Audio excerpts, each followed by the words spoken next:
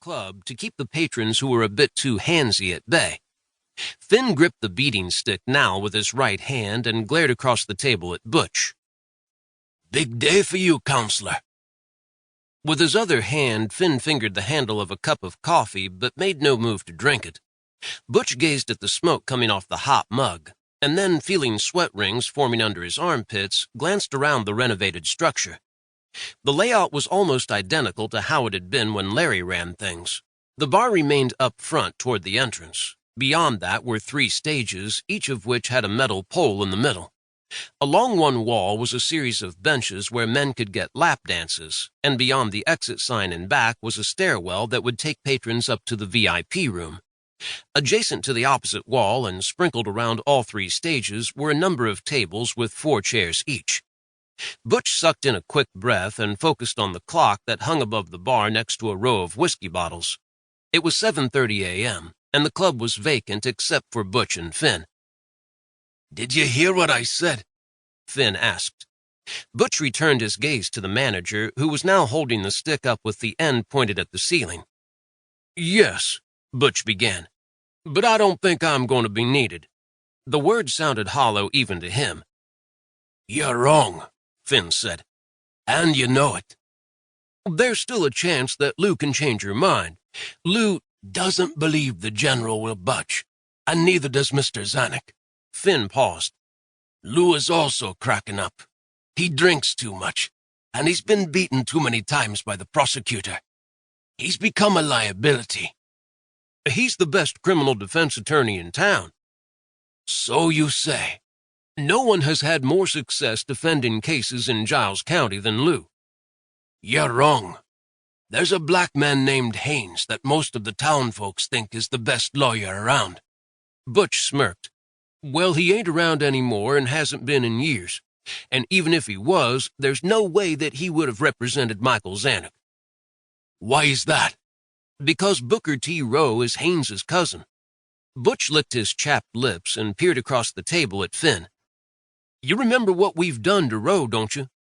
Finn didn't say anything, but his eyes flickered with recognition. Butch took a deep breath. Though the floors, tables, and stages had been scrubbed clean this morning by a crew, he could still make out the faint smell of cheap beer and stripper perfume that was ever present during business hours. "Lou Horn was and is our best option. Besides," he sighed and glanced at the sawdust floor, "Lou has skin in the game just like me. He knows what's at stake." For several seconds, the dark club was quiet. Butch could literally hear his heart beating as he gazed at the 2x4, which Finn still held in an upright position. "Assuming Lou fails, are you ready to do what you have to do?" Finn asked, smiling. His eyes held not a trace of humor. "Yes," Butch said. "You better," Finn said, standing from his chair and poking the end of the stick into Butch's stomach. "Unless you want to finish this day in the morgue." He gave the piece of lumber a firm jab, and Butch felt the wind go out of him. He sprawled forward and clutched his abdomen as his chin brushed against the rough wooden table. As Finn walked away, Butch struggled to regain his breath and thought of what he must do if and when Lou failed. Then another realization hit him even harder than Finn Pusser's lumber stick. "We're all going to fail," Butch whispered, closing his eyes and cursing his own stupidity as the inevitability of what was about to happen sank in. "I'm a dead man."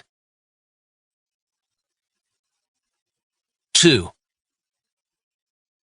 Lou Horn stuffed his hands in the pockets of his trousers and leaned his ample backside against the edge of the table. His stomach was queasy, so he dug out a pack of Tums and flipped one in his mouth. As he chewed the chalky antacid, he said a silent prayer that today's docket would be handled by the assistant prosecutor. Subconsciously, he glanced down at his watch. It was 8:25 a.m., and the docket call wasn't supposed to start until 9 o'clock. Despite how early it was, the courtroom was crawling with defense lawyers, all vying for one last opportunity to be heard by the prosecutor before the judge took the bench. The gallery was a cacophony of nervous laughter, loud whispers, and the occasional sneeze or cough. The noise reminded Lou of the way a church congregation sounded before the music began and the preacher ascended the pulpit. "Horn?"